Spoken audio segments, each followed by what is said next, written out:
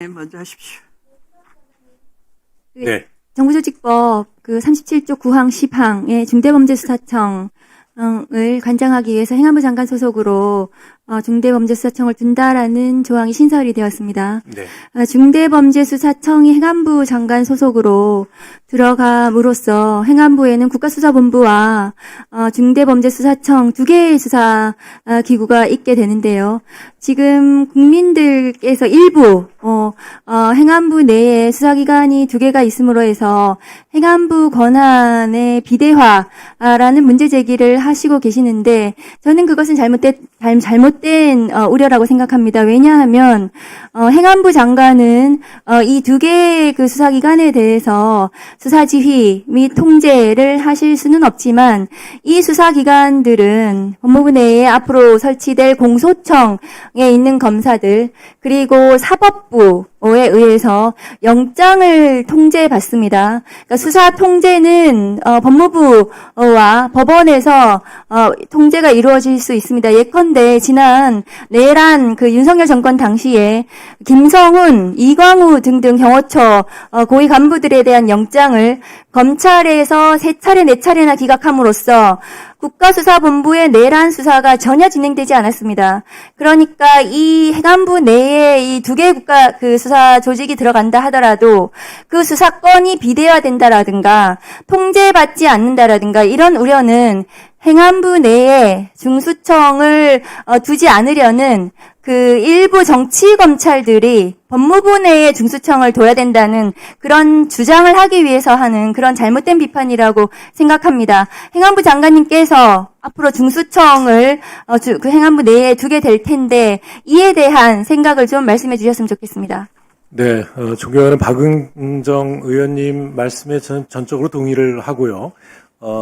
검찰에 의한 사법 통제 하에 있기 때문에 행안부가 권력이 강화될 이유는 크지 않다 이렇게 생각을 합니다. 오히려 이 과도한 검사에 의한 과도한 사법 통제로 수사권이 제대로 행사되지 않을 때 어떻게 할 것이냐라고 하는 것을 더 걱정하는 것이 현실적인 문제가 아닐까 생각합니다. 네, 검사들은 그동안 경찰의 수사를 자신들의 입맛에 따라서 방해하기도 하고 수사를 제대로 못하게 하기도 하고 또는 사회적 이목이 집중되는 성과가 있는 공과가 있는 사건들을 경찰로부터 뺏기도 하고 그런 수사권 전횡을 행사해 왔습니다. 그런 일이 발생하지 않기 위해서는 행안부 내에 중대범죄수사청과 국가수사본부가 수사권만을 가지고 제대로 된 수사를 할 수 있도록 행안부에서 제대로 그것을 감독하고 하셔야 된다고 저는 생각을 합니다. 수사권은 국가가 인정하는 폭력이기 때문에 그것이 제대로 이루어질 수 있도록 저는 그것이 제대로 작동될 수 있도록 행안부에서 그 준비에 만전을 기하셔야 된다고 생각합니다. 행안부에서 진행되는 수사 조직 두 개의 국가수사본부와 중수청의 수사에 있는 수사 인력들이 제대로 수사권을 행사할 수 있어야 한다. 라는 말씀을 좀 드리고 그 권력을 남용할 거라는 우려에 대해서는 저는 그것은 기우에 불과하다. 수사권과 기소권, 영장 청구권, 공소 취소권, 수사 종결권을 모두 가진 검찰이 그 모든 권한을 행사했을 때 그것이 남용되고 왜곡되고 해서 심지어 윤석열 정권에서 윤석열이라는 정치검찰 괴물 정권이 발생을 했던 것이고요. 그러나 수사청이나 국가수사본부가 행안부에서 제대로 된 수사권을 행사한다면 그것이 국민을 위한 수사권의 행사가 될 수 있을 것이다. 저는 생각합니다. 왜냐하면 제대로 된 초동수사 단계에서의 민생범죄, 사회적 약자에 대한 범죄들은 경찰이 훨씬 더 수사를 잘합니다. 아마 중수청으로 가게 된 이 수사 인력들도 전문성을 가지고 훨씬 더 잘할 거라고 저는 생각을 합니다. 수사권을 가지고 기소권을 가지고 거래를 하거나 약속을 해주는 이런 그동안의 잘못된 행태를 반성을 하고 제대로 된 수사권을 행사할 수 있도록 행안부에서 그 준비에 만전을 기해주시기 바랍니다. 네, 철저하게 준비를 해서 제대로 된 수사기관을 만들도록 하겠습니다. 이상입니다. 네, 수고하셨습니다. 다음은 아까 조배숙 의원님, 나경원 의원님, 박규택 의원님이 신청하셨습니다. 토론을. 네. 조배숙 의원님 먼저 하십시오. 순서 그냥 거수하신 순서대로 합니다. 네. 우리 윤호중 의원님, 윤호중 의원님, 네. 예, 장관이 되셨는데, 예, 예. 지금 보니까요, 이 정부 조직법이 지금 엄청나게 우리 사회를, 구도를 지금 막 흔드는 거 아닙니까? 그렇죠. 굉장히, 부처가 서로 이렇게 통합도 되고, 또 분리도 되고, 굉장히 어떻게 보면은 큰 일인데요. 그죠? 근데, 행안부에서조차, 행안위원회에서조차 이게 충분한 검토가 안 됐어요. 그리고 행안위원, 제가 이제 상임위 하는 거를 동영상으로 좀 봤거든요. 근데 거기에 대한 불만들이 굉장히 많더라고요. 그래서, 그런데도 이제 어떻게 보면 이제 날치기에서 이제 올라온 건데, 여기도 보니까 지금 숙려 기간이 안 됐는데, 지금 5일이 안 넘었어요. 근데 이제 내일 이제 국회 본회의를 앞두고 이렇게 서둘러서 하는 것 같은데요. 우리 장관님, 이 부분에 대해서 자신 있으세요? 이렇게 가면은? 예, 지금까지 조배숙 의원님도 선배 의원님이시고 오랫동안 의정 생활 하시면서 보셨겠지만, 새 정부가 출범할 때 정상적으로 출범한, 그러니까 인수위가 있는 정권 출범의 경우에도 정부 조직법 개편을 하는데 많은 심사 기간을 그렇게 길게 하지 않았습니다. 그래요. 그런데 예. 지금은 더군다나. 그런데요. 예. 아니 잠깐만, 제 얘기는 그래도 제대로 된 토론이라도 있어. 아니 우리가 꼭 잡겠다는 거 아니에요. 그쪽은 우리 윤석열 정부 출범할 때 6개월이나 붙잡았어요. 하지만 붙잡겠다는 게 아니야. 하지만 제대로 된 토론을 해야 될 거 아닙니까? 그래서 저는 이제 여러 가지 지금 검찰이나 특히 검찰 폐지에 관련된 이런 부분도 논의를 하고 싶지만, 제가 오늘은 이 부분을 좀 말씀드리고 싶습니다. 여성가족부를 성평등가족부로 개편을 했어요. 네. 그죠? 예. 장관님, 성평등이라는 용어가 뭡니까? 양성평등은 쉽게 들어오는데 지금 성평등이라고 해요? 성평등의 개념이 뭡니까? 예, 성별에 따라서 차별하지 않는 것이. 예, 그러면 그게 성평등이 양성평등입니까? 아니면은 그 위에 성을 포함하는 성평등입니까? 예, 헌법 제11조에 차별 금지 조항이 있지 않습니까? 예. 그런데 우리나라 성별에 헌법상 따라서 인정되는 차별하지 않는다. 예, 그러면 그 성이 뭡니까? 여성입니까? 남성입니까? 또 서로 다른 성이 있나요? 저는 다른 성이 있는지는 모르겠습니다. 그런데 그러니까 여기 굉장히 중요한 지점입니다. 지금 여기 성평등 해가지고 어떤 분들은 양성평등의 줄임말로 알아요. 근데 그게 아니에요. 지금 성평등이라고 하면은 젠더라고 해가지고 성을 자기가 선택할 수 있다. 이래서 지금 미국 같은 경우는요, 2016년도에 뉴욕시 인권위원회에서 등록된 성만 31가지입니다. 띄워주시겠어요? 그 다음에 페이스북, 지금 메타라고 그러죠? 미국 페이스북에서 등록할 수 있는 성이 몇 개냐면요, 58개. 영국은 70개예요. 자, 그 다음에 띄워주세요. 자, 이것 때문에 굉장히 많은 부작용이 나타났어요. 지금 트랜스젠더 해가지고 수영선수 해갖고 여성 대회 참석해가지고 메달을 석권하고 있습니다. 그리고 또 구치소, 교도소에 자기 여성이라고 해가지고 들어갔는데 성폭행하고요. 자, 그럼 이제 이 부분은 이제 역설적으로 하도 이분에 반대 운동을 하다가 이제 자기가 그냥 그럼 나 여성이다 하고 이제 들어간 이런 그런 건데요.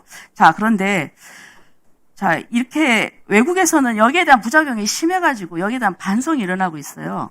그래서 우리는 아직 그런 등록 제도를 가지고 있거나 그렇지 않지 않습니까? 그런데 이 용어가 위험하다는 것이죠. 이 용어의 이것은 의미가 헌법재판소에서도 성평등이라는 단어는 헌법에 배치되지 않는다는 판결도 있었습니다. 그런데요. 근데 그렇게 이 단어는 굉장히 중요합니다. 용어가 굉장히 교묘하게 들어오거든요. 그래서 이 성평등이라는 얘기가 이 사회적인 합의가 되지 않은 말이에요. 그리고 지금 또 보여주세요. 지금 그래가지고 뭐 다 알고 계시는 얘기고요. 그다음에 또 그래서 이제 결국 그 트럼프는 이 세상에서 남성과 여성 두 가지 성별만 있다. 그다음에 또 돌려주세요. 영국에서는 대법원에서 사람은 남성과 여성뿐이라 이런 판결까지 내렸습니다. 지금 이 서구에서는 이런 부작용 때문에 이렇게 남성 여성으로 돌아가고 있는데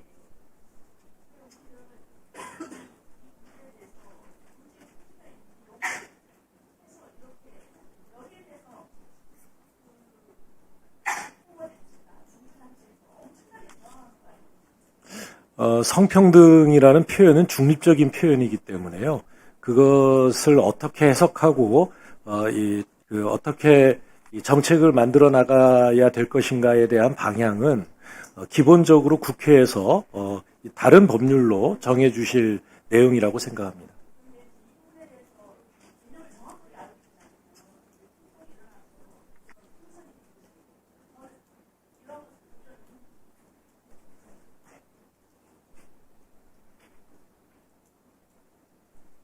네, 김영민 의원님. 네, 장관님, 저는 아무래도 이제 수사기소 관련된 부분, 중수청 설치 부분을 질의를 드려야 될 것 같습니다. 일단,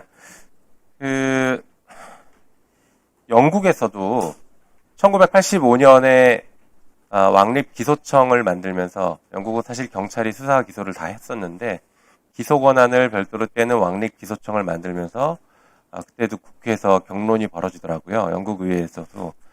그런데 당시 여러 가지 우려들이 막 제기가 됩니다. 이거 분리하면 안 된다. 그러나 그 뒤에 실제 분리해서 제도를 운영하고 나니 훨씬 효과적이다. 기소율도 높아졌고 그 다음에 잘못된 기소는 대폭 줄었고 경미한 사건은 신속하게 끝냈고 중범죄들에 대해서는 국가가 더 대응을 잘하게 됐다. 이런 통계가 쭉 나오면서 칭찬으로 잘 만들었다라는 평가로 완전히 바뀌었습니다.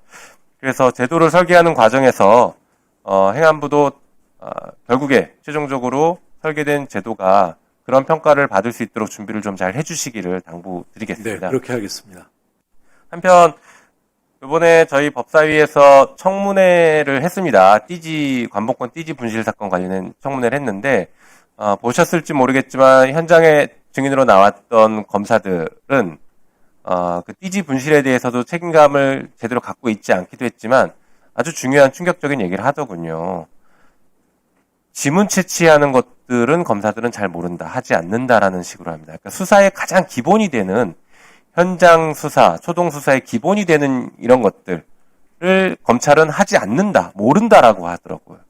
결국에 검찰이 그동안 수사를 잘한다라고 자기들끼리 그렇게 신화를 만들어 왔던 것이 그날 바로 무너졌다라고 저는 보고 있습니다. 그래서 수사를 전문적으로 하는 기관이 제일 잘한다라는 그런 것들을 분명하게 좀 보여주실 필요가 있다고 생각합니다. 실제로 해외 사례 같은 경우에도 보면 예를 들면 독일이나 미국 우리가 많이 비교하는데 수사는 수사기관이 전적으로 하고 검사들은 기소만 담당합니다. 물론 그 수사 과정에서 복잡한 법률적인 문제가 있으면 그것을 조언하는 역할들은 하긴 하는데 그것이 기능이 명확하게 구분되어 있고 조직이 명확하게 구분되어 있으니 적어도 우리나라에서 들리는 것처럼 검사들이 권한을 남용하고 정치 검사가 등장하고 하는 이런 일들은 그 나라에서는 들어볼 수 없는 그런 뉴스인 것 같습니다. 그래서 이 부분을 좀 분명하고 명확하게 잘 제도를 만들어 주셨으면 좋겠습니다. 네, 수사권과 공소권이 기관으로 완벽하게 나뉘어져 있는 것이 오히려 그 책임 소재가 분명해져서 보다 더 책임 있는 수사가 가능하다. 이렇게 보고 있고요. 거기에 더해서 국민의 관점에서 놓고 보더라도 1차 경찰 수사가 지금까지 보면은요. 경찰 수사가 끝난 다음에 2차 다시 검찰 수사를 또 받거든요. 맞습니다. 처음서부터 다시 재수사를 받는 것과 마찬가지로 수사를 받게 되는데 그런 절차가 오히려 더 책임 소재를 불분명하게 할 뿐만 아니라 이 법률 소비자인 국민들을 더욱더 힘들게 만드는 이 결과가 되고 사건 수사를 장기화하는 원인이 되기도 한다는 말씀을 드리고 네, 있습니다. 맞습니다. 그리고 검찰이 폐지가 됩니다. 검찰청이. 지금 법안에도 주요 내용을 보면 이렇게 기재가 돼 있어요. 수사 기소 간 상호 견제가 가능한 체계를 구축하기 위해서 검찰청을 폐지하고 법무부 장관 소속으로 공소청과 행안부 장관 소속으로 중대범죄수사청을 각각 신설한다라고 분명하게 기재돼 있습니다. 1949년에 검찰청법이 제정돼서 검찰이 그때부터 만들어져서 지금까지 76년, 77년째 이제 이어가고 있습니다. 그동안 수많은 잘못을 했고 역사 앞에서 그리고 국민 앞에서 권한을 함부로 남용해서 더 이상 국민들께서 그 검찰을 유지할 수 없다라고 판단하셔서 이번에 정부에서도 큰 결단 그리고 우리 국회에서도 중대한 결단을 하는 것입니다. 이런 결단들이 퇴보되지 않도록 상황 관리를 잘 해주셔야 될 것 같습니다. 그런 의미에서 검찰청 지금 이번에 정부조직법은 개정하지만 검찰청법은 또 동시에 살아있는 병존해 있는 유예기간 내에는 공존해 있는 독특한 현상이 발생할 수 있는데 이것을 해소하기 위해서 공소청법과 중수청법을 신속하게 만들고 검찰청법을 신속하게 폐지해야 될 것 같습니다. 그런 준비 철저하게 해주시겠습니까? 네, 최선을 다하겠습니다. 이상입니다. 네, 수고하셨습니다. 네, 곽규택 의원님. 넘어갑니다. 예, 오늘 그 정부 조직법 개정안의 사실 가장 큰 핵심과 관심은 뭐 검찰청 폐지일 겁니다. 근데 검찰청 폐지와 관련된 주제를 행안부 장관님한테 질의한다는 것 자체가 참 굉장히 어색하네요. 지금 검찰총장이라는 그러니까 직은 헌법에 나오는 직이죠. 그런데 지금 이재명 정부 출범한 지 거의 지금 한 4개월이 다 돼 가는데 검찰총장을 임명을 안 하고 있어요. 검찰총장을 공석으로 두고 있습니다. 지난번에 우리 검찰청 이 폐지와 관련해 가지고 법사위에서 청문회를 했었습니다. 헌법 학자가 나오셔 가지고 검찰총장이라는 그 이름이 헌법에 있는 한은 하위법으로 검찰청을 폐지하는 것은 위헌이다. 이렇게 분명한 입장을 밝혔습니다. 그런데도 지금 이 정부조직법 개정으로 해서 먼저 검찰청을 폐지를 하겠다는 겁니다. 이것은 명백한 헌법상의 근거를 가지고 있는 검찰총장이라는 이름에 정면으로 배치되는 위헌성이 아주 높은 법률 개정이라고 보여지고요. 그래서 헌법 체계와 과연 이 법이 맞는지에 대해서 이것은 법사위에서 당연히 더 심도 있게 논의를 해야 될 부분이라고 생각합니다. 행안부 소관 법률이라고 해가지고 행안부 장관님께서 뭐 결정하거나 답변하실 문제는 아니라고 생각을 하고 법사위에서 보다 심도 있게 다뤄야 될 문제다. 이렇게 말씀을 드리고요. 지금 중대범죄수사청에 대해서 그동안 이 조직을 뭐 행안부에 두는 게 맞느냐, 법무부에 두는 게 맞느냐에 대해서 많은 논란이 있었습니다. 어느 것으로 한다도 장단점은 있겠죠. 그런데 지난 그 법사위에서 했던 청문회에 민주당 측에서 이제 채택한 증인도 나오셔가지고 중대범죄수사청까지 행안부 장관 수속으로 두는 것에 대해서 이건 분명히 권한 비대화의 우려가 있다.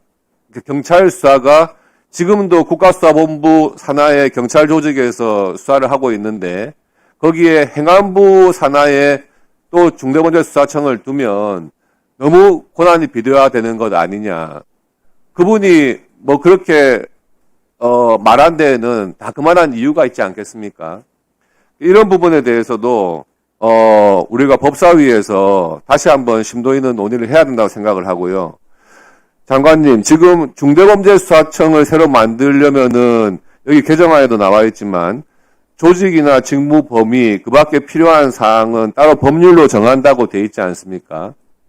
중대범죄수사청 설치법에 대한 법안을 지금 만들어져 있는 상태입니까? 중수청법과 기소청법은 앞으로 만들어질 법안입니다. 그 기간을 두기 위해서 지금 이 검찰청 폐지를 비롯한 이 정부 조직법상의 이 관련 조항의 시행을 1년 유예하게 되는 거죠. 지금 그 법이 안 만들어져 있는 건 맞지 않습니까? 그렇습니다. 저는 이것도 굉장히 국민들에 대한 눈가림이라고 생각을 해요.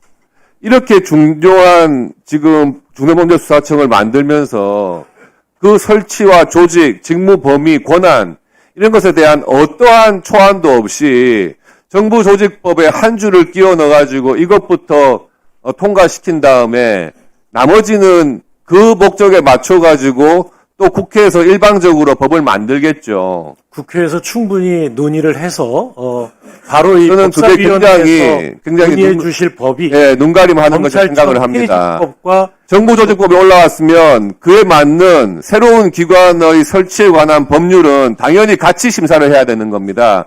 그래야 체계가 맞는지 우리가 심사를 할 수 있을 거 아닙니까? 법사위에서. 지금 이렇게 한 줄 들어간 것을 가지고 우리나라 수사체계, 형사사법 체계를 완전히 바꾸겠다는 이 중요한 법을 이렇게 한 줄짜리를 먼저 넣어서 통과시킨 다음에 그 다음에 설치법을 논의하자. 이것은 법사위의 이 체계작구 심사 권한을 완전히 무력화시키는, 그리고 국민들께 과연 중수청의 실체가 무엇인지, 중수청이 들어왔을 때 어떤 문제가 있는지 이런 것을 속이고 지나가겠다는 거예요. 이거는 법사위에서 분명히 다시 심도 있게 논의를 해야 된다. 네, 위원장님 답변을 네. 드려도 되겠습니까? 네. 우선 이 곽규택 의원님께서 말씀하신 위헌 이 소지가 있다라고 하는 말씀에 대해서는 저희 정부 입장에서 동의하지 않습니다. 검찰총장이라고 하는 단어가 이 헌법에 들어있는 이유는 공소권을 가지고 있는 기관의 장은 국민의 이 권리와 자유에 심각한 영향을 미칠 수 있으므로 국무회의의 심의를 거쳐서 신중하게 임명하라는 것이지 검찰총장이라는 그 직위만을 표시하고 있는 것이라고 보기 어렵고요. 그리고 또한 헌법에는 검사의 그 사무에 대한 규정은 있으나 검찰청이라는 단어는 어디에도 존재하지 않는다라고 하는 점을 말씀드리고 싶습니다. 예, 그리고 그 중수청뿐만 아니라 검찰청법 폐지 법안과 기소청법 이 설치 법안, 기소청 설치 법안에 대해서는 이 법사위원회에서 충분히 논의해서 저희가 기관 설립을 할 수 있도록 이 조속한 시일 안에 법안을 심의해 주시면 감사드리겠습니다. 네, 수고하셨습니다.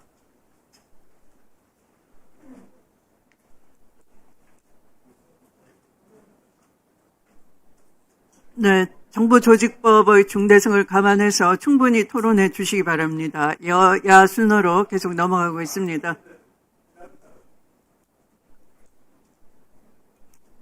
네, 최혁진 의원님. 예, 행안부 장관님. 행안부가 어쨌든 공무원 인사조직을 총괄하고 계신데요.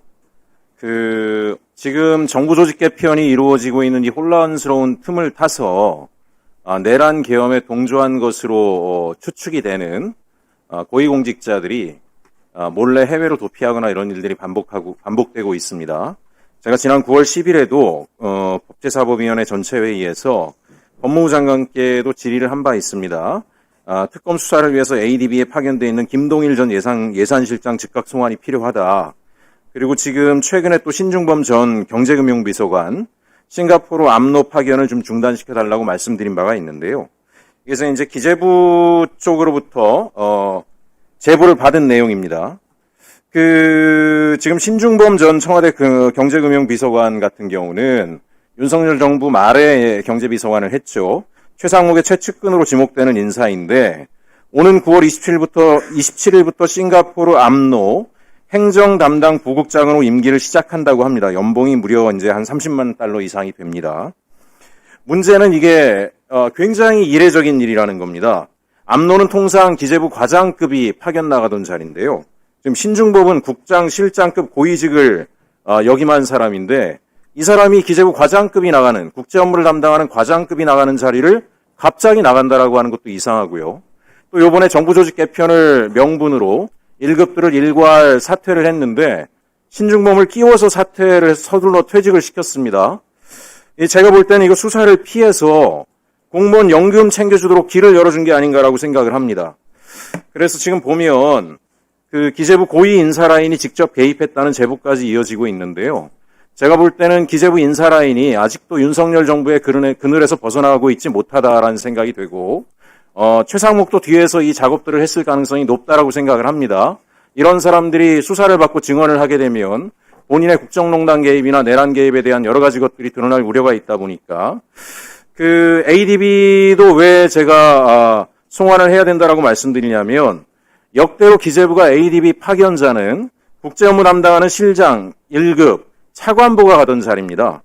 근데 갑자기 전례를 깨고 예산실장 김동희를 보냈습니다. 더구나 ADB 전임자가 유상민인데 임기가 아직 끝나지 않았어요. 임기도 끝나지 않은 사람들을 굳이 본국에 귀국을 시키고 김동희를 보냈습니다. 굉장히 이상한데요. 그 시점이 최상목이 직무대행을 맡던 시기에 이런 식의 일처리가 이루어졌습니다. 저는 계엄 예산 또 그 내란 관련 예산들에 대한 것들을 만지던 주체들인데 이 사람들을 긴급히 해외로 빼돌렸다라고 하는 생각이 들고요. 그리고 지금 기재부에 제가 이 문제와 관련해서 이의 제기를 하니 임기가 있기 때문에 못 데려온다 그러는데 유상민은 어떻게 임기가 남아있는데 데려왔는지 그리고 제가 확인한 바로는 기재부 장관의 인사 조치로 인해서 얼마든지 본국 송환이 가능한 사람이라고 이야기를 들었습니다. 그래서 어쨌든 이번에 정부 조직 개편 과정에서 오늘도 교육부도 우크라이나의 장학금 문제 같은 그런 국정농단에 개입한 뉴스 보도도 나왔는데요. 이번에 정부 조직 개편을 활용해서 고위직 인사 조치를 몰래 활용해서 본인들의 공무원 연금을 지키고자 또는 본인들의 법적 책임을 피하기 위해서 해외로 도피하거나 이런 사례들을 반드시 좀 막아주셨으면 좋겠고요. 제가 이 문제에 대해서 왜 자꾸 관심을 갖냐면 최상목 때문에 그렇습니다. 최상목은 박근혜 정권 때 국정농단의 중심에 있었던 아주 핵심인데 이 최상목 같은 경우에 당시에 국정농단에 대한 수사가 이루어질 때 몰래 해외로 도피한 바가 있습니다. 필리핀에 있는 모 대학에 가서 겸임 교수를 하면서 숨어 있다가 정국이 잠잠해지니까 또 몰래 귀국을 해가지고 윤석열 정권 창출에 상당히 기여를 했고 그 이후로도 전혀 성찰이 없이 국정농단과 비상계엄의 핵심 인물이 됐습니다. 이런 일이 계속 반복되는 이유는 고위직에 있는 사람들이 이런 큰 문란이 생기거나 불법적 행위가 밝혀질 것 같으면 해외로 숨어 있거나 잠시 몸을 낮추고 있다가 다시 또 불법적인 세력과 정치적으로 결탁해서 자신들의 지위를 공고히 하는 일들이 반복적으로 되고 있기 때문에 이번에는 다시는 그런 일이 없도록 행안부에서도 정부조직 개편 과정에서 이런 부분까지 철저하게 보시고 이런 의심이 되는 자들 같은 경우에는 절대 해당 부처에서 해외로 도피시키거나 이런 일이 없도록 조치해 주시고 특검을 통해서 철저한 수사를 받을 수 있도록 그렇게 조치해 주실 것을 부탁드립니다. 예, 해당 부처에 제대로 전달하도록 하겠습니다. 네. 네, 수고하셨습니다. 네, 다음은 나경원 의원님. 네, 먼저 이 정부 조직법, 새 정부 출범에 저희가 협조할 것은 협조해 드려야 됩니다. 그런데 너무 졸속이다. 일단 숙려기간이 되지 않은 법안을 이렇게 올려서 저희 급하게 이렇게 하는 것은 사실상 가장 중요한 어떻게 보면 새 정부 출범의 근간을 마련하는 것인데 이것은 정말 졸속 중의 졸속이라는 말씀을 드리고요. 우리 법사위가 언제부턴가 2소위에는 회부를 안 합니다. 우리가 관행적으로 1소위 위원장은 여당 간사인 김용민 위원님, 그리고 2소위 위원장은 야당 간사가 맡게 돼 있습니다. 그러나 2소위를 완전히 형해하고 2소위에 어떤 법안도 지금 회부를 하지 않고 있는데 이 정부조직법이야말로 2소위를 회부하는 것이 맞다라는 말씀을 드립니다. 그러면서 행안부 장관께 질의하겠습니다. 행안부 장관께서 아까 이런 말씀하셨어요. 검찰총장이 헌법에 명시되었지만 그러나 공소를 제기하기 때문에 중요해서 있지 그것을 헌법상 기구는 아니다. 그래서 검찰청이 헌법상 기구는 아니다. 이런 얘기를 하셨죠. 네네. 그러면 자 이제 공소청을 만들게 되면 이렇게 되면 어떻게 됩니까? 공소청장이 검찰총장을 대체하는 겁니까? 그러니까 이제 헌법에는 헌법 90조 16호에는 네. 검찰총장이 명시돼 있잖아요. 그러니까 지금 말씀들은 법률로 헌법을 바꾸겠다는 말 아닙니까? 그런 뜻이 아닙니다. 아니 그러면 헌법에 있는 검찰총장은 어떻게 됩니까? 그러면 공소청장은 국무회의 심의를 안 거쳐도 됩니까?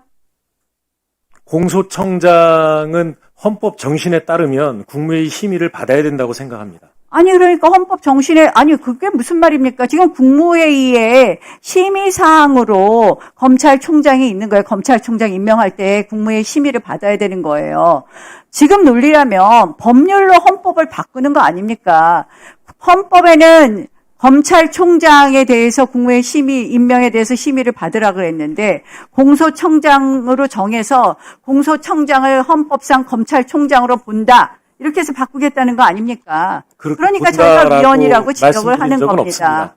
아니 그게 민주당의 논리였고 그동안 그렇게 지적들을 했습니다. 안 그러면 이거 헌법 위반입니다. 공소청장을 국무회의 심의를 거쳐도 위반. 헌법에 검찰총장이 위반되는 사항은 날아가는 아니라고 것도 생각합니다. 헌법상 기구 오히려 헌법 정신을 헌법상 존중하는 일이 기구가 아니기 제가 질의하는 거니까 좀 이따 답변을 하세요. 답변 기회를 드릴 테니까. 그래서 저희는 위헌이라는 말씀을 드리는 겁니다. 헌법상 기구인 검찰총장을 검찰청을 이렇게 검찰청은 바꾼다. 헌법기관이 아닙니다. 제가 질의할 때 답변하세요. 자, 그다음 두 번째는요. 자, 공수처는 수사 기소권을 모두 갖고 있습니다. 그러면 이거 수사 기소권 완전히 분리하자는 거에 어긋나지 않습니까? 그래서 별도의 법률로 정한 사항이기 때문에요. 지금 논의되고 있는 사항과는 관련이 없습니다. 그러니까 공수처는 민주당 마음대로 할 수 있는 하명 수사처인 공수처는 수사 기소권 다 가져서 막강한 권한 가져도 되고 공수처는 대통령으로부터도 그리고 검찰청은 독립되어 있는 독립수사기관입니다. 어느 누구의 하명도 받지 자, 않습니다. 제가 기회 드릴 테니까 나중에 좀 답변 좀 하세요. 자, 공수처는 사실상 지금 하명수사처라는 것이 지금 연임 규정도 또 폐지해서 독립된 기관이라기보다는 미니 검찰청 만들려고 하고 있지 않습니까? 자, 경찰이 수사 완전히 종결했을 때 이 일 누구한테 할 수 있습니까? 경찰 수사가 잘못됐다. 우리 국민들은 어디 가서 피해 호소하죠? 지금 민원을 제기하고 있는 것으로 알고 있습니다. 아니 민원 제기를 됩니까? 예전에는 경찰 이의 수사가 제기는 잘못됐으면 네. 검찰에 가서 구제받을 수도 있겠고 경찰이 수사 잘못 종결한 거 검찰이 이것을 지금 풀어내게 경찰 됐습니다. 그런데 수사에 대한 말씀입니까? 경찰 아니면 수사에 대한 중수청의 이의 제기를 수사에 관한 말씀을 하시는 거예요? 경찰 수사에 대해서 지금 경찰에게 수사권을 완전히 형사소송법에 다 정해져 있습니다. 어떻게 하나요? 신청하고요. 답변을 왜 아닙니다. 제가 아까서부터 말씀드렸지 않습니까? 민원 이의신청 가능합니다. 자, 민원 이의 신청에 심사를 누가 하죠? 위원회 구성하죠? 네? 위원회 구성하고 있죠? 그 위원회는 비전문가 들어가죠? 한동훈 전 그러니까 저희가 법무부 걱정하는 장관은 모두 겁니다. 다 그것을 그래서 검찰 수사 가능하도록 이 수사 봐도 이렇게 있습니다. 졸속으로 폐지해서는 국민들에게만 피해가 온다라는 점을 지적하고 국민의 그밖에 피해도 바로 금융의 잘못된 제도에서부터 시작된 것입니다. 왜 태도를 말씀하세요?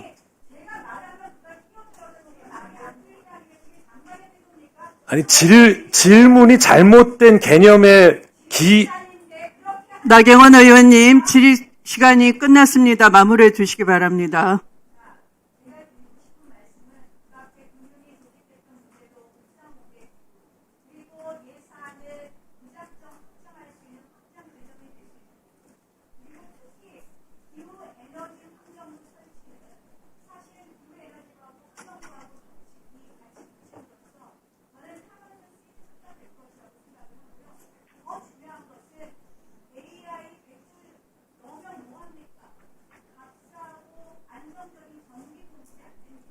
마무리해 주시기 바랍니다.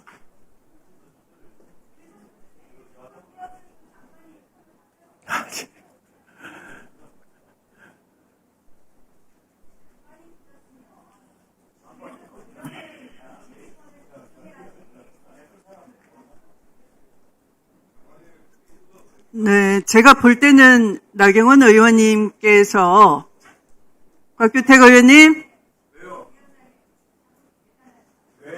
나경원 의원님께서 질의를 하실 때 장관은 그 해당 질의에 대한 답변을 즉각 하느라고 애쓰고 있는 모습이 보였습니다.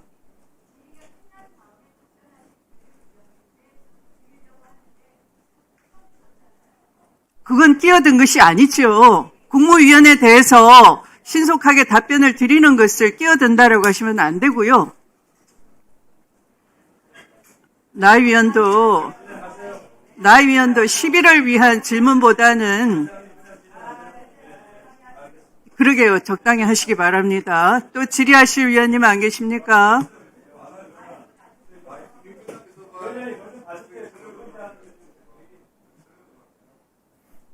네, 이성윤 의원님.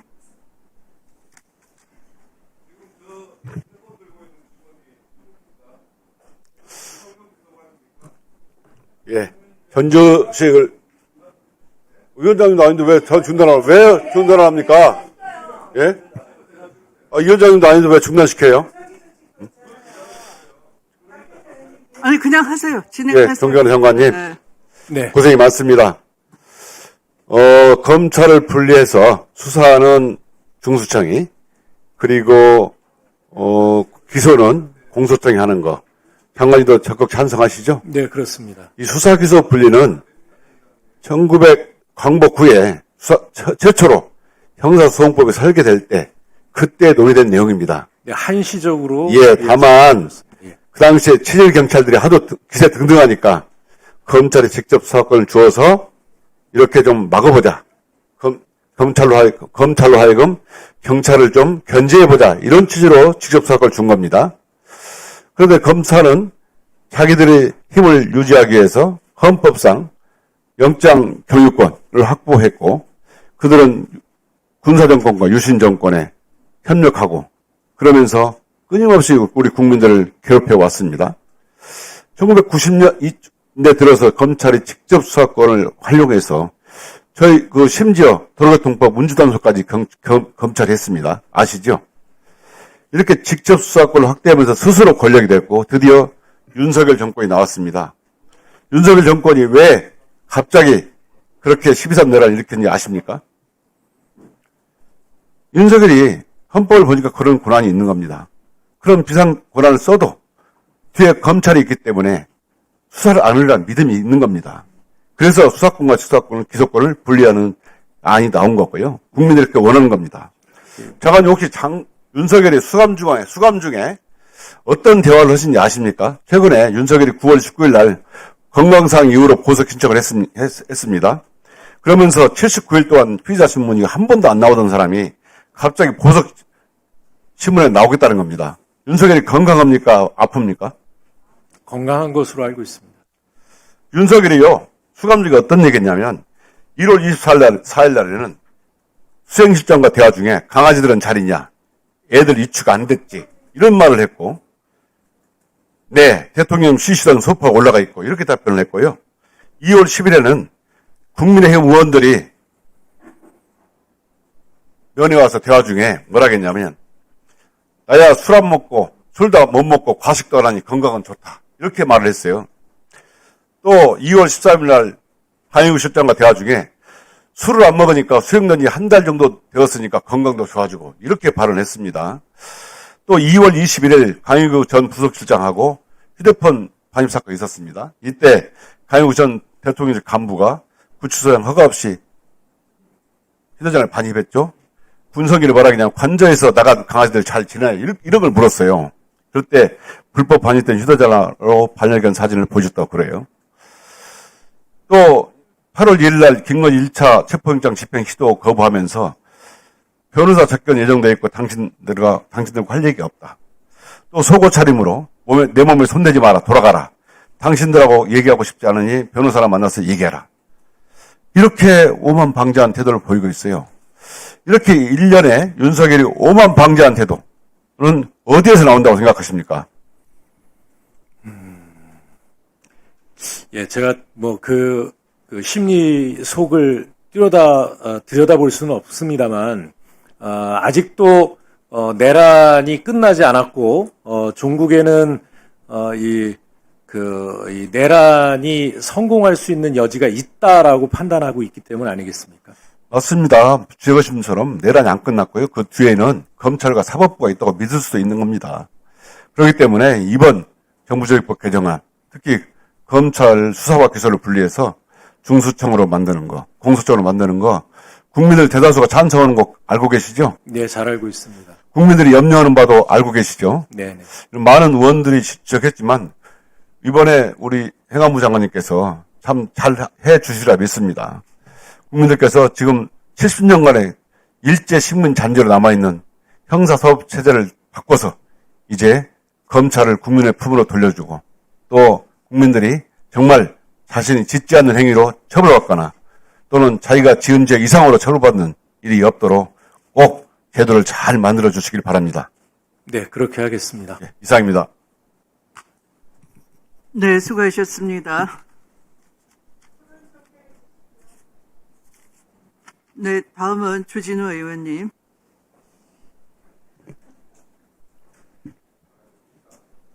원래 국가 시스템을 만들면은 다 방안을 구체적으로 내놓고 나서 법을 개정하는 게 일반적입니다. 근데 이게 지금 한 줄짜리 법을 개정한 다음에 제도를 1년 내에 다듬겠다라고 하는데 저는 그게 굉장히 위험한 발상이라고 생각하고요. 결과적으로 중수청 설치 관련된 법안을 논의하다가 뭔가 문제점이 생기면 그때 가서 어떻게 합니까? 이게 지금은 이게 국민 세금이 엄청나게 연간 수천억 원 들어갈 수 있는 사업이거든요. 그리고 제가 알기로는 헌정사상 우리가 헌법을 하고 나서 이번에 이 개편안이 가장 크게 많이 바뀌는 거예요. 그러면은 국민들 입장에서는 제도에 대해서 굉장한 혼란을 일으킬 수 있는 부분이고요. 또 수사기관이 너무 많이 늘어나요. 중수청 국가수사위원회가 일단 신설되는데 국가수사위원회는 또 안에 위원회들이 많아서 국가수사위원회 안도 지금 구체적으로 민주당이 얘기하고 있잖아요. 전제 조건으로 국가수사위원회 안까지 만들어진다면 정부 공식 의견이 아닙니다. 그럼 국가수사위원회 안 만들 겁니까? 예. 그것조차도 안 정해진 겁니까? 안 만듭니까? 안 만들기로 결정. 그러면 중수청만 만듭니까? 예. 그러면 중수청 그것만 하더라도 중수청 외에도 공수처, 경찰, 국가수사본부 이런 것들이 다 지금 수사기관이 난립하게 되는 문제가 생기는 거고요. 공수처는 기왕에 있는 실제로 기왕에 있는 조직이지만 굳이 기왕에 있는 조직들의 지금 보면 공수처도 오늘 법안 낸 거 보면은 공수처의 수사 범위를 지금 넓히겠다라고 얘기하고 있잖아요. 그러니까 제 말씀은 뭐냐면 수사기관의 범위가 이렇게 중첩이 되고 여러 수사기관들이 만들어지면 반드시 권한 다툼이 생깁니다.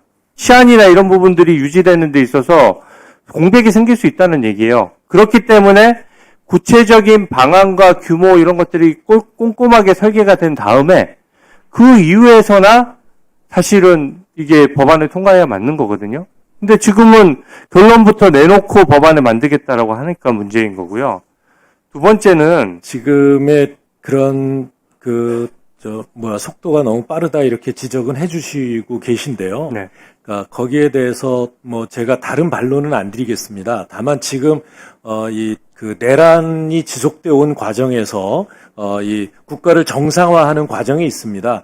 국민들께서 느끼실 훨씬 더 큰 혼란이 있다. 아니 그러면 그 사건 특정 사건을 위해 가지고 뭘 빨리 하자는 특정 얘기입니까? 사건이 아니라 국가 자체가 망할 뻔한 거 아닙니까? 국가 수사 시스템은요. 지금 이게 바꾸게 되면 민생과 직결되는 범죄들을 다 관여되는 거 모든 국민들이 제도를 새로 익히고 새로 이용해야 되고요. 지금 말씀 듣고 얘기하세요. 경찰하고 중수청 처음에 공수처 만들어지고 경찰이랑 검찰의 수사권 조정이 있었을 때도 그때 민주당이 주장했던 것들이 전부 다 더 빨라지고 더 효율적으로 될 것이라고 했지만 국민들이 지금 다 수사기관의 구제가 늦어졌다라고 다 생각하고 있어요. 실제 사건 통계가 보여주고 있습니다. 엄청 늦어졌어요. 근데 그 제도가 안착되기도 전에 이걸 다시 만들어서 또 새로운 제도에 국민들 보고 적응하라고 하는 겁니다. 이렇게 되면요. 법률 비용은 100% 늘어나게 되고요. 또 제도가 복잡해지니까 국민들 입장에서는 이용하기 어려워져요. 그래서 지금 1년이나 되는 유예기간을 만들었는데 아직 구체적인 방안을 얼마나 복잡하면은 미리 방안을 만들어서 내놓으면 될 일을 아직 1년이나 유예기간을 주고 방안조차 못 내고 있지 않습니까? 국가수사위원회? 안 만들더라도 그럼 중수청은 예산이 얼마나 될지 지금 대충이라도 추계가 나와 있습니까? 예산이나 조직, 또는 이제 대략의 규모는 이런 국민 돈을 부분은 쓰는데 그 정도는 나와 있어야죠. 어떻게 제도를 바꾸는데 예산에 대한 어떤 사전적인 검토 없이 그냥 막 만듭니까? 검찰 식당으로만 이제 본인 돈이면 현재 그렇게 얘기 못하는 검찰청이 거죠. 사용하고 있는 예산이나 국민의 예산이잖아요. 개인 돈이 아니지 않습니까? 식당으로 따지면은 메뉴, 레시피, 입지 이런 거 하나도 결정되지 않은데 식당부터 오픈하는 꼴이에요. 그걸 문제 삼는 겁니다. 지금 이 법안을 통과시키려고 그러면 적어도 구체적인 방안이 나와야죠. 근데 구체적인 방안에 대해서 다 민주당 의원님들 나오시는 분들마다 다 설명 다 다르고 구체적인 절차는 이제 와서 만들겠다라고 하면 그게 잘못 만들어지고 잘못 전개되면은 거기에 대한 피해는 어떻게 책임지겠다는 겁니까? 예산이 이게 연간 수천억 원이면 계속 한 해 한 해 일회성 예산이 아니잖아요. 계속해서 예산이 추가로 들어가는 부분인데 그 부분에 대해서 어떻게 지금 1년 내에 다 설계하고 그 부작용을 다 어떻게 막을 수 있습니까? 한번 말씀해 보십시오. 그 설계는 그렇게 오래 걸릴 일이 아닙니다. 그럼 미리 하셔야죠. 아니, 오래 걸릴 일이 아닌데 왜 안 하세요? 지금 정부가 준비 기간 없이 이제 100일 지났습니다.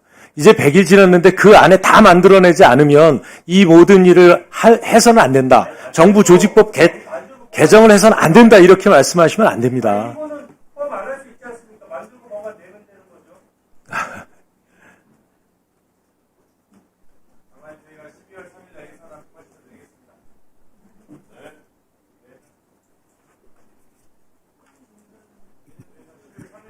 네.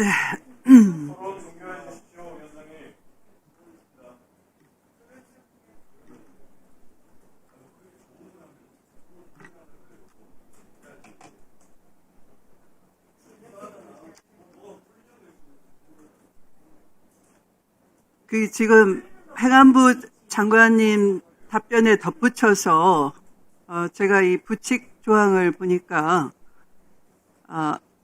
공포 후 1년이 경과한 날로부터 시행하고 부칙 7조에 따라 개정되는 법률 중에 만약에 그 경과한 날 1년 경과한 날로부터 시행되는데 공소청과 중수청에 대해서 법무부와 행안부에 각각 설치하고 검찰청을 폐지하는 법률을 1년 안에 하지 않는다면은 이게 무의로 돌아가게 돼 있는 거네요. 그래서 주진우 의원님이 걱정하는 것은 우려 안 하셔도 되겠습니다. 네, 당연히 의무 규정으로 네. 됐네요.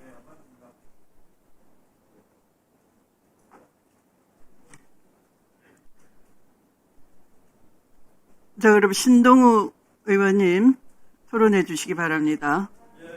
다른 기회 주셔서 고맙습니다. 제 본안 질문 전에 짧게 한마디만 좀 양해 부탁드리고 말씀을 드리겠습니다. 지난 법사위원회 때 이제 그쪽 야당 의원석에서 저희 당 의원을 향해서 이제 카메라를 얼굴에 대놓고 찍는 것 때문에 논란이 있었고 그 당시에 그래서 저희 의원들이 강하게 좀 일단 내려놔라라고 얘기했는데 끝까지 저쪽 비서진에서 말을 듣지 않고 이제 끝까지 카메라를 찍었어요. 그래서 이제 오늘 저희 그 비서진들이 보좌진들이 찍으니까 역시 민주당도 기분 안 좋으셨잖아요. 그래서 발끈하셨잖아요. 그래서 우리가 이런 것들은 적어도 우리가 보좌진들까지 이런 우리 여야 의원들끼리 싸우는 것은 좋지만 보좌진들까지 큰 소리를 듣게 만들고 하는 것은 저는 국회의원들의 태도가 아니라고 봅니다. 근데 우리 서영교 의원님 얼마나 못났으면 또 나가서 저희 비서 이름까지 기자들한테 큰 소리로 XXX가 누구야냐고 이렇게 말씀하시는 거는 정말 적절치 않고요. 앞으로도 그 논쟁이 있었는데 조금 전에 또 저쪽 분이 또 찍으시는데 이거는 좀 주의시켜 주십시오. 이게 뭐 찍어서 뭐 합니까? 다 공개돼 있는 회의고 개인적으로 모욕을 주기 위해서 찍는 거라든지 또는 내가 너 찍으니까 발언 조심해라는 이런 느낌을 주는 거지 않습니까? 그것 좀 조심해 주시기 바랍니다. 그리고 저희도 적절치 않다고 생각하고 있습니다. 그런 것들. 그런데 아까 김용민 의원님이 그만하자 그러시는데 먼저 하셨잖아요. 그러니까 그쪽에서 저희가 이 정도로 문제 제기를 하면 우리가 정말 고생하는 우리 비서진들 그 상대방 의원들에게 큰 소리 듣게 그런 거는 좀 하지 맙시다, 우리. 그 제안 드리고요. 윤원진 장관님 고생 네. 많으십니다.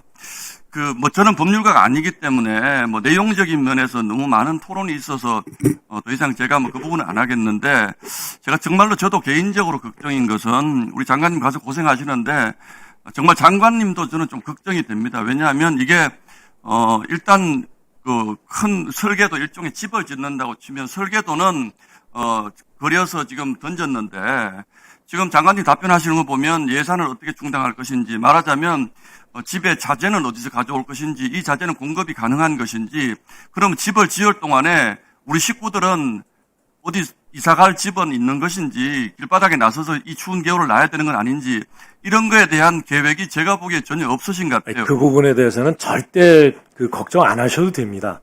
그러니까 예, 걱정을 안 할 수 있게, 어쨌든 아까 이제 우리 존경하는 곽규태 의원님 지적하신 것처럼 정부 조직을 개편하면 같이 동시에 해야 될 것들이 있거든요. 검찰청을 없애면 그러면 중수청법은 기본 중에 기본은 우리가 이사 갈 때는 이사 갈 집을 먼저 마련해 놓고 이사를 계약서에 사인을 하는 것이지, 나갈 데도 없는데 할 수는 없는 거 아닙니까?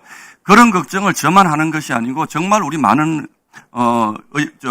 국민들이 하시고, 국민들뿐만 아니라 그 기관에 지금 일하고 계시는 그렇죠. 분들의 걱정일 수 있습니다. 지금 제가 듣기에는 전혀 신분에 문제가 생길 일이 없고요. 그러니까 그 공익을 위해서 하시던 일을 계속 하실 수 있고 국민을 위해 봉사할 수 있는 기회는 모두 드린다라고 하는 것을 전제로. 그 원칙적인 말씀은 당연히 그렇게 말씀하실 텐데, 그럼 예를 들어서 지금 검사가 한 4,500명 좀 되지 않습니까?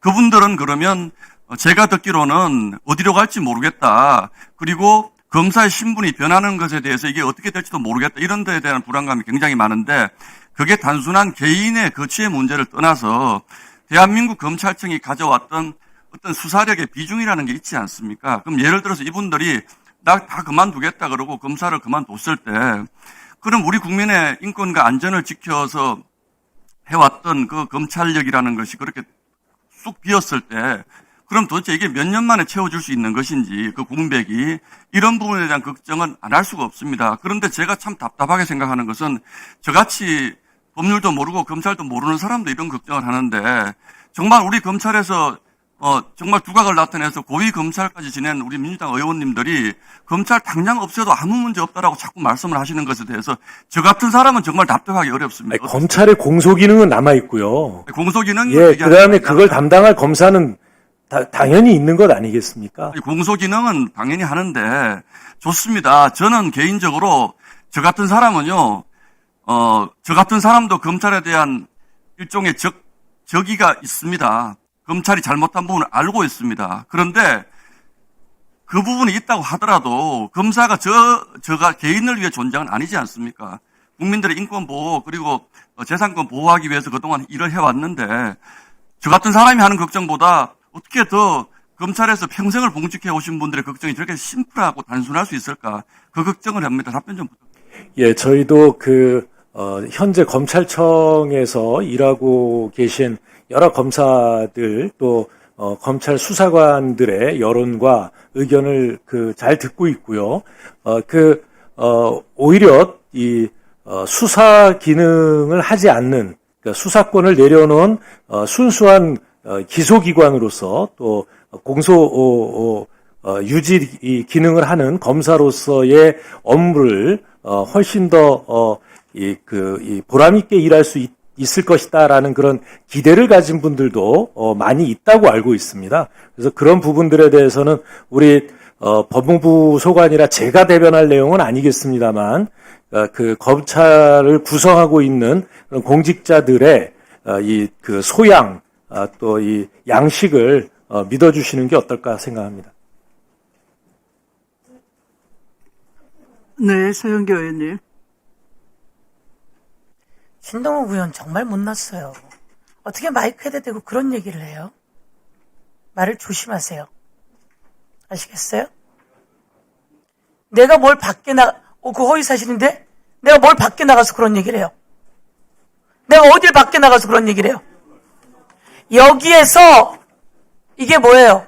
여기에서 누가 받았는지, 자, 내가 보여줄게요. 신동욱 의원, 박민지 비서관, 그리고 또 신동욱 의원 또 어디 있어? 이게 모든 보좌진에게 갔다는 거예요. 여기에 그렇게 나와 있잖아요. 일정 받은 사람의. 그런데 아까 안 받았다면서요, 일정을. 아니, 아까 일정을 안 받았다고 신동욱 의원이 얘기했잖아요. 내가 나가서 전부 다 가지고 왔고, 일정을 모두 다 보냈잖아요. 그래서 일정을 보냈다고 했는데, 그러면서 여기에 나와 있는 이름, 곽규택 의원, 조배숙 의원 다 받은 거 아니에요? 다 공용 메일로 다 보낸 거 아니에요? 공용 메일로. 이거 그래서 보냈다고 했는데 안 받았다고 한 거 아니에요? 이보세요. 행정실에서 다 보냈다고 이야기를 하니까 가서 보냈냐고 확인할 때 그거였잖아요. 자, 계획서는 나경원 의원에게 보냈다고 얘기했잖아요. 계획서는. 계획서 받았어요, 안 받았어요? 나경원 의원실. 나경원 의원실 계획서 받았어요, 안 받았어요? 계획서는 나경원 의원실에게 보냈고 이 일정은 모두 다에게 보낸 거예요.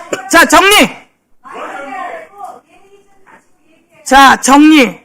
그런데 엉뚱한 말을 하니까 내가 이렇게 얘기하는 거예요. 자기가 사과해야 될 일을 마이크에다 대고 했기 때문에 그렇게 얘기한 거예요. 자, 정리를 하면 나경원 의원은 계획안을 받았어요. 받았으면 어떡하실래요? 계획안 받았으면 어떡하실래요? 계획안 갔으면 어떡하실래요? 그러니까 말 바꾸지 말고 계획안 갔으면 어떡하실래요? 계획안 갔으면 어떡하실래요? 계획안은 나경원 의원한테 갔고 이 일정은 모든 의원에게 공용으로 다 갔어요. 그런데 신동욱 의원실에서 행정관들에게, 행정실 직원들에게 가서 따지니까 내가 이야기한 거예요. 신동욱 의원과 국민의힘은 아무리 해도 이번엔 졌어요. 완패. 자, 그 다음. 자, 유치한 나경원 의원 조용히 해요. 유치한 나경원 의원 조용해요. 행안부 장관님. 네. 제가 묻겠습니다. 어제 저희가 언제지? 관봉권 돈다발이 있었습니다. 건진 집에서 관봉권 돈다발이 있었습니다. 비닐에 다 싸져 있었습니다. 그 관봉권 돈다발은 22년 5월 13일 발행이라고 스티커가 있었습니다. 이 스티커도 관봉권 띠지도 그리고 그 비닐도 다 폐기해버렸습니다. 검사들이 검찰에서. 그런데 그 스티커와 띠지는 스티커는 제보로 들어왔습니다. 띠지는 어느 은행 건지 확인이 될 수 있는 겁니다. 근데 그게 없어졌습니다. 그리고 관봉권 돈다발은 비닐에 쌓여져 있었습니다. 그 돈다발 같은 거 혹시 본 적 있으십니까? 실물로? 없지요. 관봉권 돈다발 말씀하십니까? 예. 예, 저 본 적 있습니다. 그런 돈다발을 본 적 있는 사람들은 이 손에 꼽습니다. 그러면 건진 집에서 은신처에서 그 돈다발이 나왔어요. 그럼 이 돈다발에는 지문들이 묻어 있어요. 그렇지 않습니까? 지문들이 묻어 있어서 이게 윤석열에서 왔는지 아니면 김건희에게서 왔는지 아니면 어디에서 왔는지 이 건지는 누구에게 받았는지가 확인됩니다. 그런데 검사들이 그걸 뜯어서 버려버렸어요. 이거는 누군가 고위직에 관여되어 있을까봐 이것을 은폐하고 조작한 겁니다. 검사가 이렇게 하기 때문에 우리는 검사가 가장 훌륭한 줄 알았어요. 잘할 줄 알았어요. 그런데 그렇지 않았습니다. 그리고 그것을 은폐해놓고 그게 있으면 추적할 수 있다는 걸 몰랐다는 식입니다. 그러니 우리는 이제 검찰 조직은 수사에서 손을 떼고 기소만 하고 그리고 중수청을 통해서 수사를 최선을 다해서 잘하자. 이런 취지의 정부조직법 아닙니까? 맞습니다. 그런 취지의 정부조직법인데 그렇게 했던 검사들을 수사해야 되지 않겠습니까? 중수청이 가고 국수본이 행안부 산하에 경찰 조직으로 있으니 국수본에서 수사해야 된다고 저는 봅니다. 그 검사에 대한 수사권은 공수처가 가지고 있습니다. 검사에 대한 수사권은 공수처가 갖고 있는데 그건 고위직이 잘못할 때고요. 검사가 잘못한 것들은 경찰이 수사할 수 있습니다. 네, 검사의 그 위법 사실이 발견된 순간 공수처로 이첩하게 되어 있습니다. 그렇습니까? 그렇다면 공수처에서 이것을 수사해야 되겠고요. 네, 그래야 될 일이라고. 공수처와 국수본 모두 다가 이런 것을 전 수사할 수 있다고 생각합니다. 국수본, 경찰, 공수처, 지금도 현재는 검사가 수사할 수 있습니까? 없습니까? 네. 수사관에 대해서는 국수본이 수사할 수 있습니다. 그러네요. 그러면 다 수사할 수 있는 범위네요. 네네. 꼭 수사해서 진실을 밝혀줄 수 있게 행안부 장관으로서 임무를 주셨으면 좋겠습니다. 네, 그렇게 전달하겠습니다. 네, 이상입니다. 네, 그러면 대체로 의원님들이 다 토론에 참여하셨습니다. 그러면 의결해도 되겠습니까?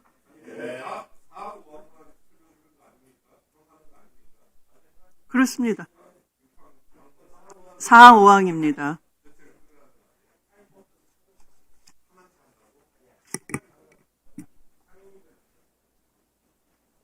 사항 5항입니다.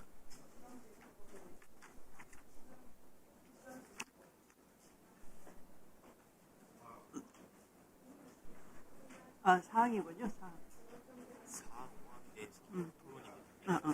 네. 그러면 지금 여기로 넘어가면 되잖아요.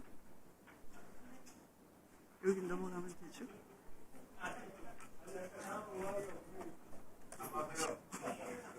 아니 이제 이건 됐으니까 토론 충분히 했으니까. 그러면 의사일정 제4항에 대하여 정부조직법 일부 개정 법률안은 전문위원이 수정한 부분은 수정한 대로 그 외의 부분은 원한 대로 의결하고자 하는데 이의 없으십니까?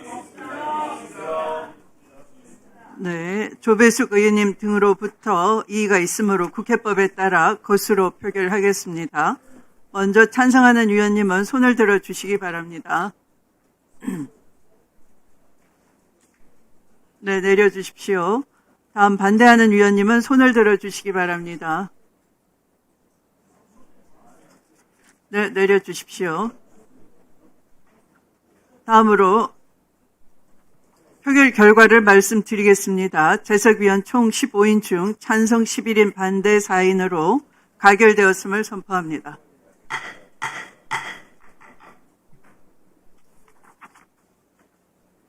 다음으로 의사일정 제5항 지방재정법 일부 개정 법률안은 원안대로 의결하고자 하는데 이의 없습니까?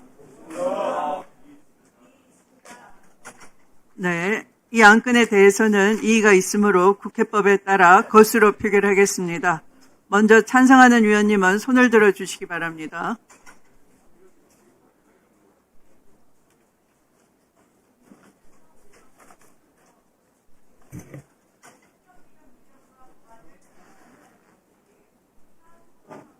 내려주십시오. 다음 반대하는 위원님은 손을 들어 주시기 바랍니다.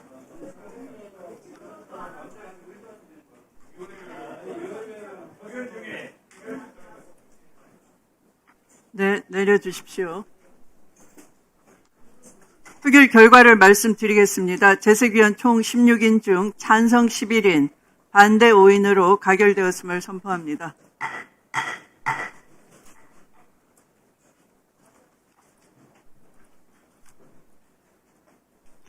다음으로 산불 피해 지원대책 특위 소관의 의사일정 제6항의 법률안을 상정합니다. 법률안 심사를 위해 이진숙 방송통신위원장이 출석하셨습니다. 이 안건에 대하여 대체 토론하실 위원님 계십니까? 네, 신동욱 의원님. 예, 위원장님 고생이 많으십니다. 이게 지금 논란이 되고 있는 핵심적인 게 이게 우리 이진숙 위원장 한 분을 이제 소위 내쫓기 위해서 이 정부 조직 기관 자체를 아예 없애버리는 이런 것 아닙니까? 저는 사실 방통위가 오랫동안 누적된 문제도 좀 없는 것은 아니고 또 미디어 환경이 급속히 변하기 때문에 이 문제를 논의를 하더라도 충분한 시간과 국민적 공감대 하에서 이게 논의가 돼야 되는데 이게 어떻게 위원장님 한 분을 내쫓기 위해서 이런 식으로 위원장 한 명을 내쫓기 위해서 이렇게 관을 없애는 이런 조직 개편을 하느냐 이런 생각을 하고 있는데 일단 그 부분에 대해서 우리 위원장님 생각을 좀 말씀을 좀 주십시오. 최근에 제가 들은 이야기 중에 하나가 질문을 받은 것 중에 하나가 대통령의 국정 철학과 가치에 공감하느냐 이런 질문, 또 최근에 통과된 방송 3법에 대해서 어떻게 생각하느냐 이야기를 해서 우선 방송 3법과 관련해서는 여야의 충분한 토론과 협의 과정이 없이 민주당, 다수당 일방적으로 통과된 것에 대해서 유감을 표했고 예. 그 내용을 보면은 사실상 노동 권력인 민노총의 방송사가 소속될 통제가 될 가능성이 매우 높다 이렇게 이제 이야기를 했더니 마지막으로 그 질문한 것 중에 이재명 대통령의 국정 철학에 동의를 하느냐라고 이제 질문을 해서 방송 특히 방송이나 언론은 어느 대통령의 소유물이 돼서는 안 된다. 윤석열 정부의 소유물이 아니었던 것처럼 이재명 정부의 소유물이 될 수 없다. 이렇게 말씀을 드렸고 그렇게 한다면 이것은 국민 주권 정부가 아니라 이재명 주권 정부, 대통령 주권 정부가 될 것이다. 이런 취지로 말씀을 드린 적이 있습니다. 네, 그러면 혹시 이진숙 위원장께서 순순히 물러나셨거나 또는 저는 뭐 그래도 이 새 정부의 집권 철학에 일정 부분 동의합니다 정도의 타협을 하셨으면 이 방통위는 그냥 있었을 수 있었을까라는 생각을 해보셨습니까? 다른 케이스에서 제가 다른 분을 굳이 사례로 들지는 않겠습니다만 예. 만약에 제가 이재명 대통령의 국정 철학과 가치에 동의한다 이렇게 대답을 했다면 다른 결과가 있었을 수도 있지 않을까 그렇게 생각을 하고요. 가정적인 상황이니까 제가 장담은 할 수 없지만 그러나 말씀드린 대로 방송 언론은 국민의 것이어야 되고 헌법과 민주주의 가치에 부합하는 것이어야 되지 어떤 특정 정부나 대통령의 가치에 부합해서는 안 된다. 그렇게 생각하고 있습니다. 이제 법사위니까 질문 중에 좀 조용 좀 하세요. 이제 조희대 대법원장이 세종 관련 학술 토론회에 가서 이게 법이라는 것이 이제 정권을 강화하는 쪽으로 쓰여서는 안 된다. 이제 이런 말씀을 하시잖아요. 저는 언론도 마찬가지라고 생각합니다. 그래서 방송 3법 통과 과정에서 지금 언론 개혁이라는 표현을 쓰시는데 저는 언론의 독립성이 굉장히 퇴보한 결국은 법이 이제 만들어졌는데 이 지금 새로 만들어지는 방송 미디어 이름도 방송 미디어 통신위원회라는 것은 어떤 문제점이 있다고 보십니까? 사실상 방송통신위원회와 방송미디어통신위원회는 그 직원이 30명 정도 늘어나는 것에 불과합니다. 같은 건물을 쓰고 같은 사무실을 쓰고 직원들도 그대로 승계됩니다. 하나 달라지는 것은 부칙에서 정무직 공무원만 직에서 면한다. 이 조항입니다. 그러니까 말하자면 얼굴에 점 하나 찍고 이건 전혀 다른 사람이다라고 얘기하는 것과 마찬가지고 어떤 학교에 전학생이 30명 왔는데 그러니까 그 교장 바꿔라. 또 학교 이름도 바꿔라. 이렇게 얘기하는 것 다 똑같습니다. 예. 아주 똑같은 기관이고 99% 똑같은 기관이고 다만 이진숙 하나만 축출되는 그러니까 것입니다. 그 부칙에 보면 괄호치고 정무직 공무원만 예외를 한다. 그러니까 뭐 다 인원이고 다 그대로 가고 승계하는데 정무직 공무원만 예외를 한다. 이제 이렇게 표현한 것은 이준숙 위원장만 쫓아내겠다 이런 취지로 지금 받아들이신다는 거죠. 그렇게 안 받아들이면 어떻게 하겠습니까? 그러니까요. 예, 알겠습니다. 이상입니다. 예. 네, 장경태 의원님. 정말 이진숙 우리 방통위원장께서 자의식 과잉이 아닌가 싶고요. 윤석열 정권 탄생 이후에 한상혁 방통위원장 쫓아낼 때 혹시 기억은 하십니까? 온갖 수사와 감사원의 감사, 그리고 정말 이 재판까지 가면서 무리하게 내쫓아내는 과정이 있었고요. 그리고 나서 잘 운영했으면 잘 모르겠어요. 저도 과방위원을 했기 때문에 좀 말씀드리면, 김여재 방통위원 3달 정도 했습니다. 직무대행으로. 그러다 이동관 방통위원장 오더니 또 3달 정도 하고 도망갔어요. 이상인 또 직무대행이 또 와서 한 25일 하다가, 김홍일 방통위 관련된, 방송통신 관련된 전문성 하나도 없는 김홍일 위원장 도대체 왜 임명한 겁니까? 하다못해 방송국 수사해본 적도 없는 검사였어요. 이분 한 6달 하다가 또 도망가셨어요. 또 그리고 이상인 이 직무대행이 25일 하다가, 또 조성은 직무대행이 한 4, 5일 하다가, 이제 이진숙 방통위원장 1년이 하고 있는데, 그때 당시에 이 김여재, 이동관, 이상인, 김홍일 이 많은 분들 나올 때마다 국힘 과방위원들이 뭐라고 하셨냐면 가짜뉴스 때려잡겠다고 했습니다. 그러면서 한다 소리가 방송통신정책과 방통위가 할 수 있는 게 언중위법을 관여하는 게 아니잖아요. 정보통신망법으로 관여하는 게 아닙니까? 거기에 대해서 이 정보통신망법상 불법 정보에 대한 규제 권한만 있지 가짜뉴스를 규제할 수 있는 권한이 없었단 말이에요. 방심위의 권한이었죠. 그리고 OTT나 이 여러 글로벌 CP사들이 하고 있는 여러 이 유튜브 등을 비롯한 그런 여러 가지 미디어의 다변화에 대해서 대처를 못하고 있다는 평가들이, 냉정한 평가들이 있었던 겁니다. 그렇기 때문에 방통위가 새롭게 미디어위원회로 통합 운영돼야 된다. 이런 얘기들은 국민의힘 과방위원들도 하셨던 얘기예요. 가짜뉴스 때려잡겠다고 하셨던 분들 다 어디 갔습니까? 과방위에 간사하셨던 박성준 의원님, 이런 분들 간사하셨죠? 그런 분들 지금 국회에 있으시도 않으세요. 아니, 그래 놓고 지금 이제 와서 갑자기 이진숙 방통위원장 쫓아내기 위한 법이다? 그럼 그 전에 국민의힘 의원님들 가짜뉴스 때려잡겠다. 그리고 새로운 OTT 환경에 글로벌 CP사들과의 경쟁에서 살아남아야 된다. 이런 얘기 하셨던 분들 다 어디 가셨습니까? 그래서 이제는 방송통신위원회가 새롭게 미디어 정책을 총괄하는, 또 뭐 지금 가짜뉴스라고 제가 표현하진 않겠습니다만 불법 정보에 대한 유통에 대해서 더 선제적으로 대응해야 된다라는 평가들이 많았기 때문에 방송미디어통신심의위원회 설치에 대해서 저는 기존의 여야 할 것 없이 국민의힘 의원님들도 과방위원들 다 주장하셨던 거기 때문에 저는 이진숙 위원장께서 좀 자중하시고, 본인을 쫓아내기 위해서 국가기관을 설립할 정도로 그렇게 한가하지 않습니다, 대한민국이. 그렇기 때문에 부디 좀 겸손한 태도와 자세를 유지하시면서 그렇게 마무리를 잘 하셨으면 좋겠습니다. 이상 발언 마치겠습니다. 네, 수고하셨습니다.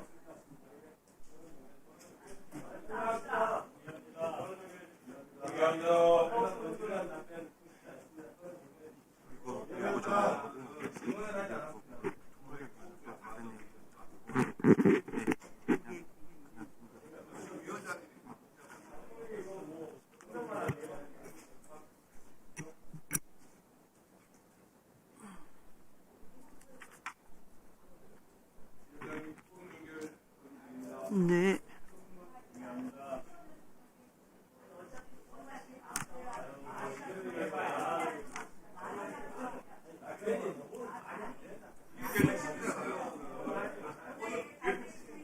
네, 박균택 위원님 등으로부터 토론을 종결하자는 동의가 들어왔습니다. 해당 동의에 찬성하는 위원님 계십니까?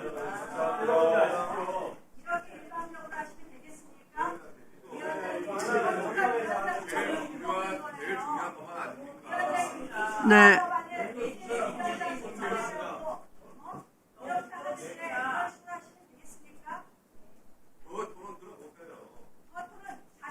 네, 박지원 위원님 등 찬성하는 위원님이 계시므로 국회법 제71조에 따라 토론 종결 동의가 의제로 성립되었습니다. 이에 대하여 국회법에 따라 토론을 하지 않고 것으로 표결하도록 하겠습니다.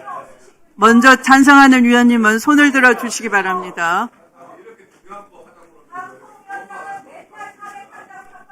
내려주십시오. 다음 반대하는 위원님은 손을 들어 주시기 바랍니다. 네, 내려주십시오.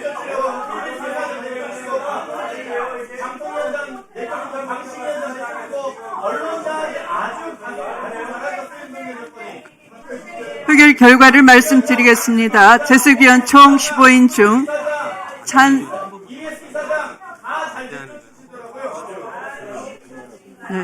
재석위원 총 15인 중 찬성 11인, 반대 2인, 기권 2인으로 가결되었음을 선포합니다. 토론 종결 동의가 가결되었으므로 토론 종결을 선포합니다.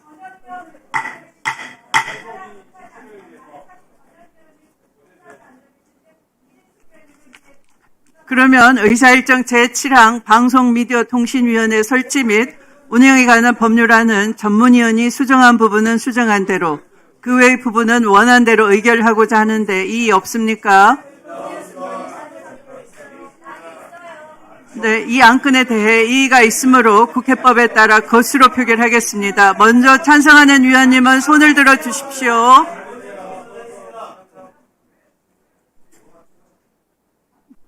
내려주십시오. 다음 반대하는 위원님은 손을 들어 주시기 바랍니다.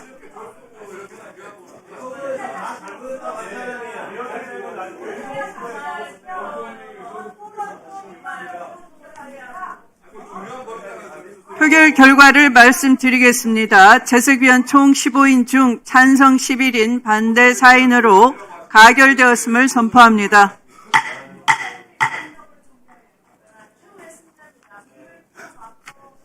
이진숙 위원장님 수고하셨습니다. 이석하셔도 되겠습니다. 문화부 장관은 그 언론에 관한 정책도 총괄하기 때문에 우리 대한민국의 지금 언론에 물론 뭐 아까 PPT 드렸는데 PPT 안 띄워줍니까? 잠깐만 멈춰주세요.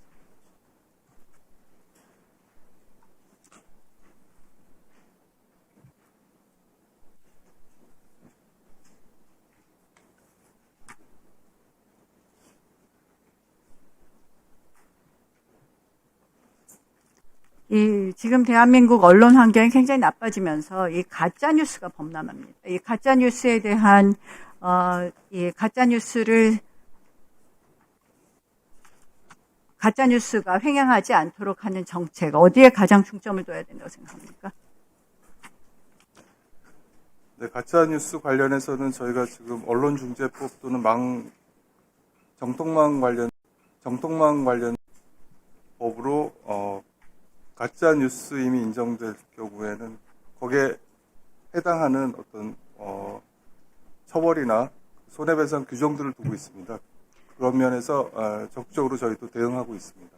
그 신문에 관한 정책을 주로 주관하시지만 지금 저희는 뭐 방통위가 방송미디어통신위원회로 가는 것은 사실은 위원장을 내쫓기 위한 법률안이라고 기구를 새로 설치하는 거라고 생각을 합니다. 어찌됐든 무엇이 되었든 앞으로 문화부하고 방송미디어통신위원회가 새로 만들어지는 것 같은데 이 밀접하게 협력하셔서 저는 가짜 뉴스를 정말 발본색원해야 된다. 근데 그 가짜 뉴스의 온상이 되는 것이 유튜브입니다. 유튜브 요새는. 자, 유튜브 여기에 이런 경고가 붙어 있다면 이거 한번 읽어보십시오.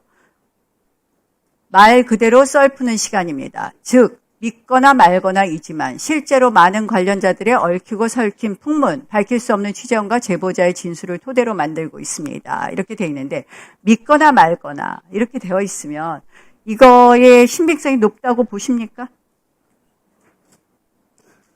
제가 특정 사안에 대해서 이 자리에서 답변을 드리기는 좀 곤란합니다. 아니, 요거 그대로 읽어보시고 답변 좀 해보세요.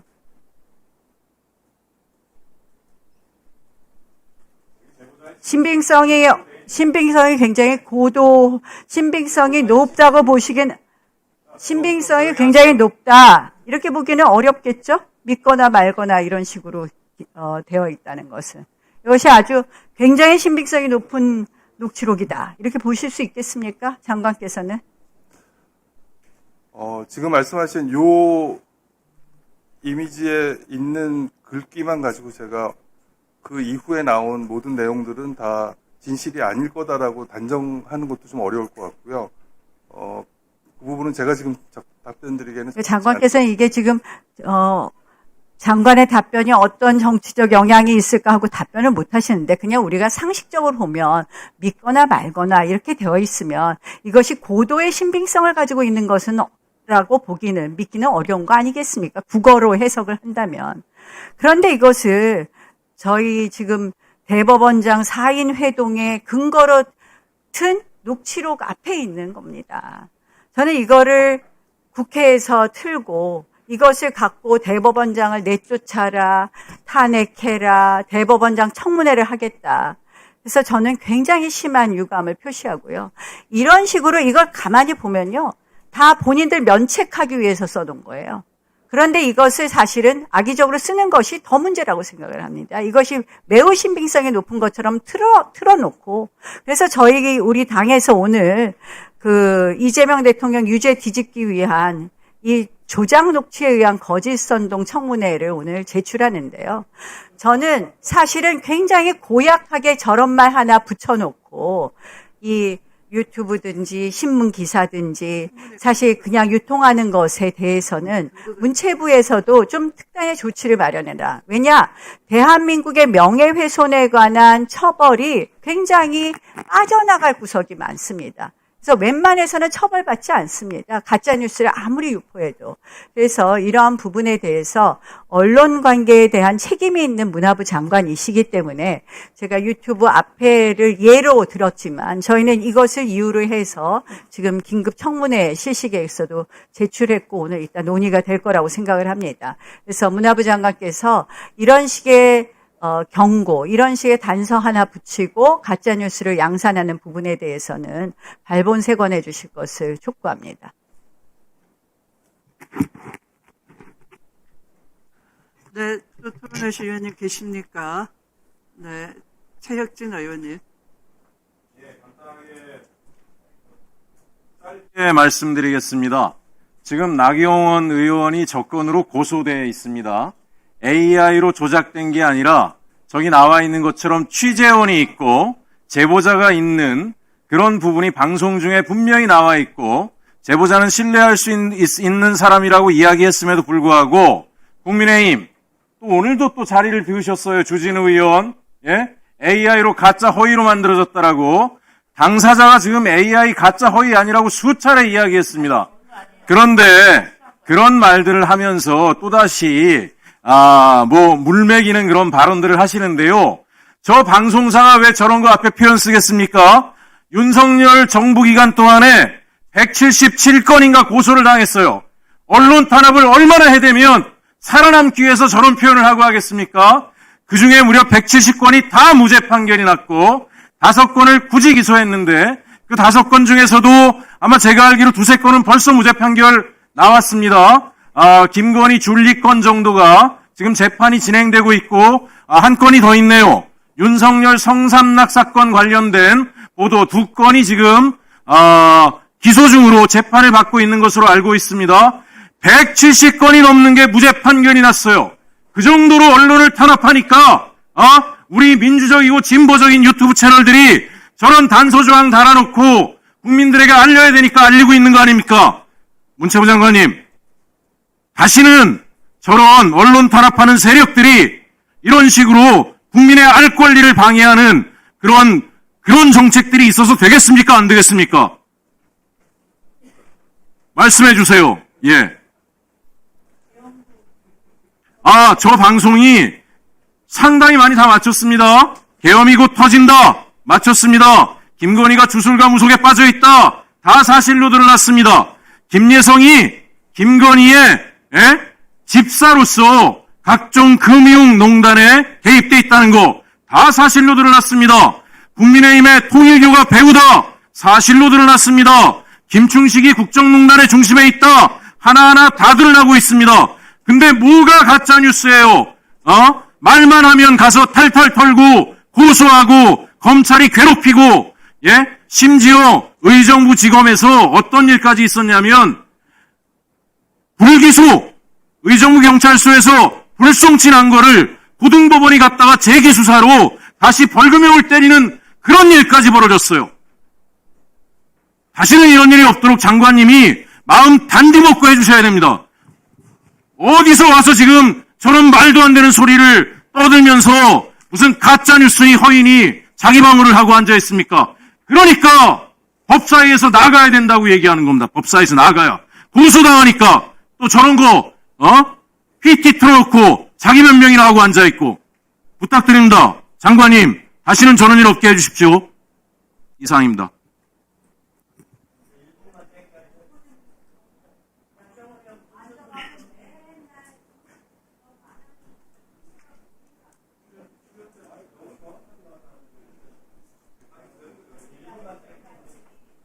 네, 네.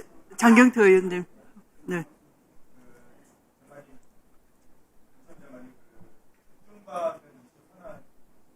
네, 맞습니다.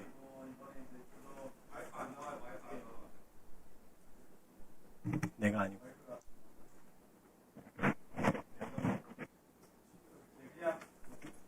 장경태 의원님. 네. 저도 이제 경주 에이펙 특위 위원도 맡고 있는데요. 네, 이제 다음 달로 이제 다가온 에이펙에 대한 홍보가 매우 중요한 것 같습니다. 그런데도 불구하고 조금 이 부분에 대한 미흡한 부분에 대한 목소리들이 좀 있거든요. 에이펙 이 홍보는 주무부처는 문체부시죠. 뭐 관계부처 합동이긴 하지만 네, 문체부와 주로 국토부가 지금 같이 지금 많은 또 해외에서 문의 들어오는 또 K 굿즈 관련된 사업은 어디서 합니까? 국중박에서 네. 국중박에서 주로 하고 국중박 문화재단도 하고 하는 거죠. 네, 맞습니다. 거기에 대한 여러 신속한 업무 처리에 대한 건의들이 많이 오고 있거든요. 좀 이제 한 달밖에 안 남았으니까 또 특별한 좀 대책과 신속한 진행이 요청되는 것 같습니다. 장관께서 다음 달에 있을 경주 에이펙이 잘 성공적으로 개최될 수 있도록 잘 마무리될 수 있도록 좀 신경 좀 써주시길 또 다시 한번 공개적으로 요청드립니다. 네, 의원님 말씀 명심하겠습니다. 네, 이상입니다. 네, 김기표 의원님. 네. 경기도 부천시를 김기표입니다. 손이 달을 가리키는데 선에 대해 말도 안 되는 흠을 잡아서 뭐라고 한다 하더라도 달이 없어지진 않죠. 조희대 대법원이 선거의 한복판에 끼어들어서 심판을 보라는 객관적인 그런 위치를 지키지 않고 플레이로서 작동해서 가장 유력한 정당의 후보를 아예 날려버리려고 했다는 사실은 없어지지 않고 그것이 혼자 했겠는가 하는 의심이 드는데 저런 제보도 있고 이런 상황이라면 당연히 무슨 국회의원이 수사 다 해서 압수수색영장 받고 해가지고 얘기를 합니까? 그게 그럴 가능성이 있으면은 정치인이 그런 부분에 대해서 충분히 얘기할 수 있다고 저는 생각하고 중요한 것은 달이 없어지지 않는다. 즉 조희대 대법원이 정치 한복판에 개입한 것이 없어지지 않는다. 이 점을 강조하고 싶습니다. 부디 국민의힘 의원들께서는 달을 보십시오. 달을. 그리고 제9항 문화유산의 보존 및 활용에 관한 법률 일부 개정 법률안에 대해서 제가 드릴 말씀이 있는데요. 체계작구 수정사항은 없는데 개정안은 국유재산에 대한 특례를 신설하는 것이기 때문에 국유재산 특례 제한법 심사 결과를 반영하는 것이 필요할 것으로 보입니다. 이거를 좀 반영해 주시기 바랍니다. 그리고 문체부 장관님. 네. 윤석열차라는 말 들어봤죠? 그게 혹시 잘 기억나십니까? 네, 알고 있습니다. 지금 PPT에 나오는데요. 이게 지금 2022년 7월에서 8월 사이에 제23회 전국 학생 만화 공모전 카툰 부문에서 금상을 수상한 것인데요. 그래서 2022년 9월 30일부터 10월 3일 사이에 이게 전시가 됐습니다. 근데 보면 4일 동안 딱 전시를 했거든요. 이게 제26회 부천국제 만화축제에서 전시가 된 건데 4일 만에 내려졌어요. 이것도 알고 계십니까? 네, 알고 있습니다. 그때 당시 정부에서 이게 압력이 가해져서 중단이 됐던 것으로 알려지고 있는데요. 근데 이제 그것을 넘어서서 어떤 짓을 벌이냐면 문체부는 2023년부터 만화진흥원 학생 공모전에 후원 명칭을 사용할 것을 금지해버립니다. 알고 계십니까? 네, 알고 있습니다.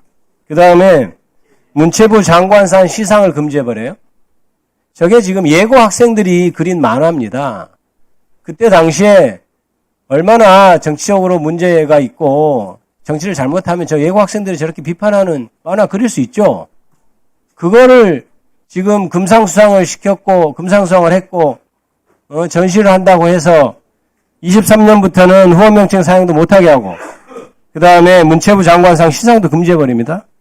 더 가관인 것은 이게 2022년에 있었던 일이어서 2023년 예산은 거기에 반영이 안 돼 있는데 2023년 예산이 116억 4천만 원이었는데 그 다음에는 40% 가까운 70.5억이 줄어가지고 70.5억이 돼요. 그 다음에 2025년에는 이제 아예 2023년 대비 76%에 가까운 돈을 삭감해서 28.79억이 됩니다. 이게 이런 보복이 어디 있습니까? 정부가. 장관님 이거에 대해서 어떻게 생각하세요? 정부가 해야 될 일입니까 이게?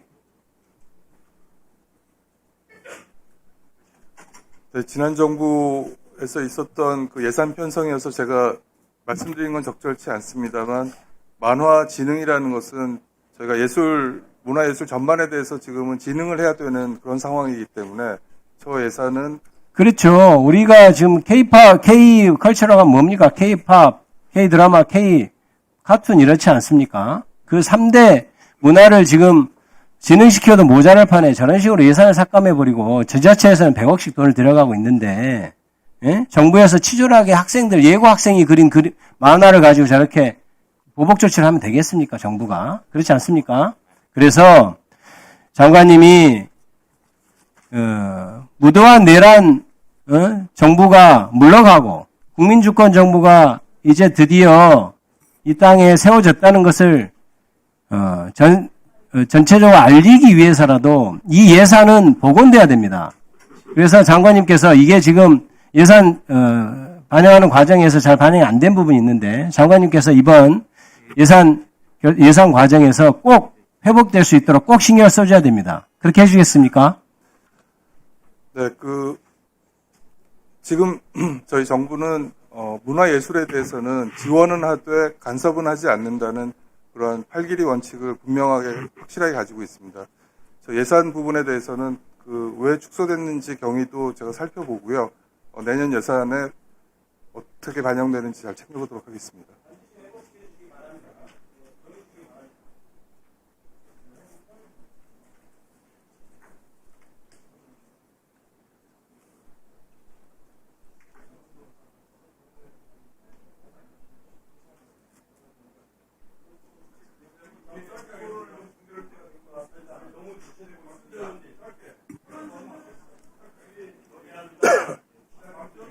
네, 잠깐만요.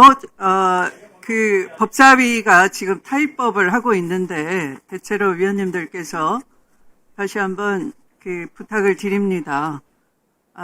해당 상임위원회에서 다 토론을 거쳐서 넘어온 법안에 대해서는 법사위가 체계자구 수정을 하는 것 외에는 신중을 기해 주시기 바라고요.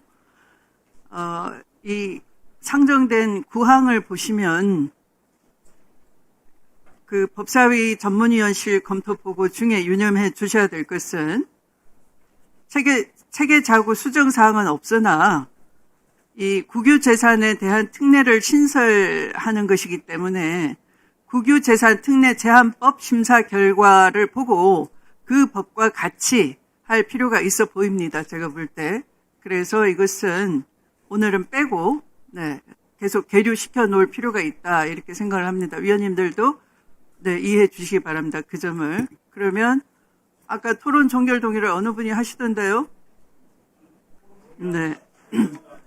박균택 위원님으로부터 토론을 종결하자는 동의를 하셨습니다. 해당 동의에 찬성하는 위원님 계십니까? 찬성하는 위원님이 계시므로 국회법 제71조에 따라 토론 종결 동의가 의제로 성립되었습니다. 이에 대하여는 국회법에 따라 토론을 하지 않고 것으로 표결하도록 하겠습니다. 그러면 먼저 찬성하는 위원님은 손을 들어주시기 바랍니다. 내려주십시오. 반대하는 위원님은 손을 들어주시기 바랍니다. 3분 드셨어요. 네 분 드셨어요. 내려주십시오.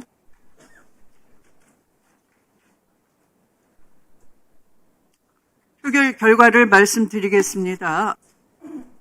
재석위원 총 15인 중 찬성 11인 반대 4인으로 가결되었음을 선포합니다.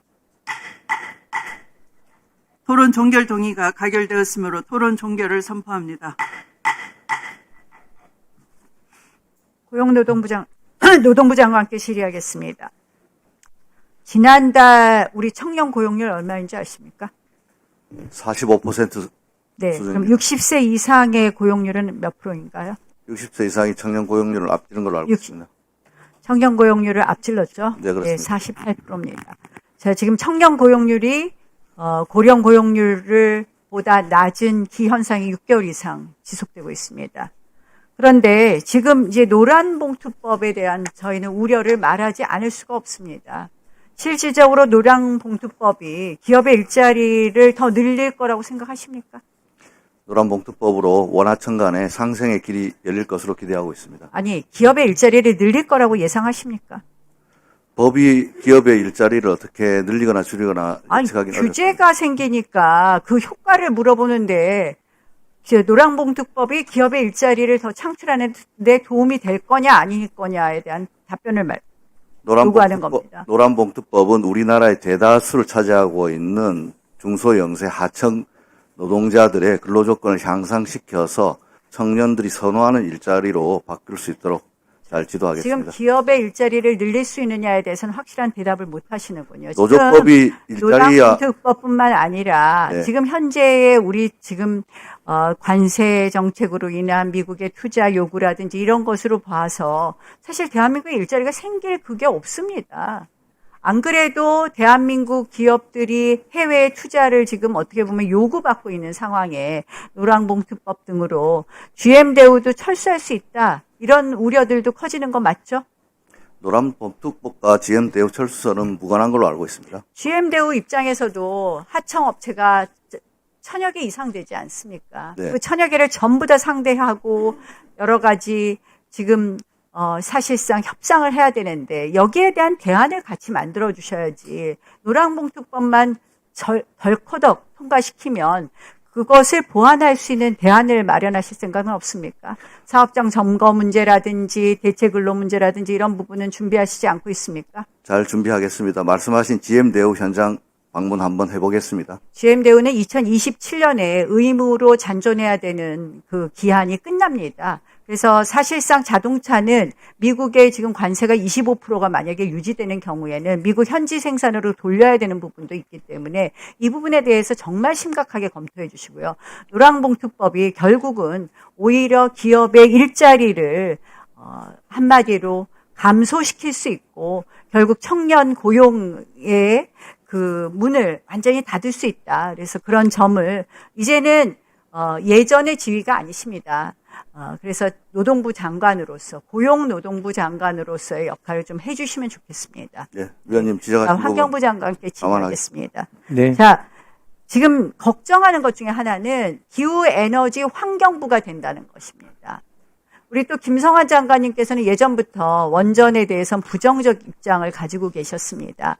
근데 AI 하려면 우리 지금 AI 강국 굉장히 필요한 부분인데 값싸고 질 좋은 전기가 풍부하게 공급되어야 됩니다. 과연 원전에 대해서 이렇게 탈원전으로만 갔을 때 가능하다고 생각합니까? 어제 미국에서 대통령님하고 세계 최대의 투자회사 블랙락 간의 MOU가 있었습니다. AI에 투자한다는 기사는 봤는데요. 그 내용을 자세히 보시면요. AI와 재생에너지 중심으로 한국에 투자하겠다고 하는 MOU를 맺었습니다. 아니, 그 투자를 하더라도 지금 재생에너지가 사실은 출력 제어가 계속 빈번하게 있지 않습니까? 그리고 재생에너지 비용이 원전은 59원에 전기가 생산이 되는데 지금 재생에너지로 생산되는 것은 150원이 넘잖아요. 그럼 훨씬 비싼데 이게 당연한 얘기인데 이걸 제가 부탁드리는 것은 저는 재생은 하지 말자 이런 주의는 아닙니다. 에너지는 믹스 정책이 너무나 중요한데 이것을 균형을 맞추지 않고 지금 기후 에너지 환경부로 갔을 때 이것이 산업 발전을 저해하는 쪽으로 에너지 정책이 될까 굉장한 우려를 표시하면서 김성환 장관께서 개인 소신은 탈원전일지 몰라도 장관의 위치에 있다면 이런 부분 고려해서 해 주십사 하는 것을 요청드립니다. 짧게 답변 드려도 되겠습니까? 네. 재생에너지를 확대하는 것은 탈원전을 하기 위해서 하는 게 아닙니다. 재생에너지는 석탄과 LNG 등 화석연료를 줄이기 위해서 하는 거고요. 전 세계적으로 재생에너지의 발전 단가, 즉 풍력과 태양광의 발전 단가가 석탄 에너지, 그러니까 석탄 발전과 LNG 발전보다 값이 싸진 지가 오래고요.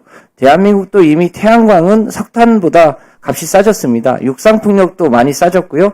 해상풍력이 다소 좀 비싸긴 합니다만 워낙 아직 발전량이 적어서 그런데 조금 늘어나면 해상풍력도 석탄 발전보다 더 값이 싸질 때가 멀지 않았습니다. 그러면 이 재생에너지는 원전과 함께 일종의 에너지 믹스를 해야 될 대상이고요. 재생에너지를 늘리는 것은 석탄 에너지, 그러니까 화석연료를 줄이자고 하는 수단이기 때문에 그것을 적절하게 믹스해서 대한민국이 이 탈탄소 사회의 기후위기에 적극 대응할 수 있도록 잘 하겠습니다.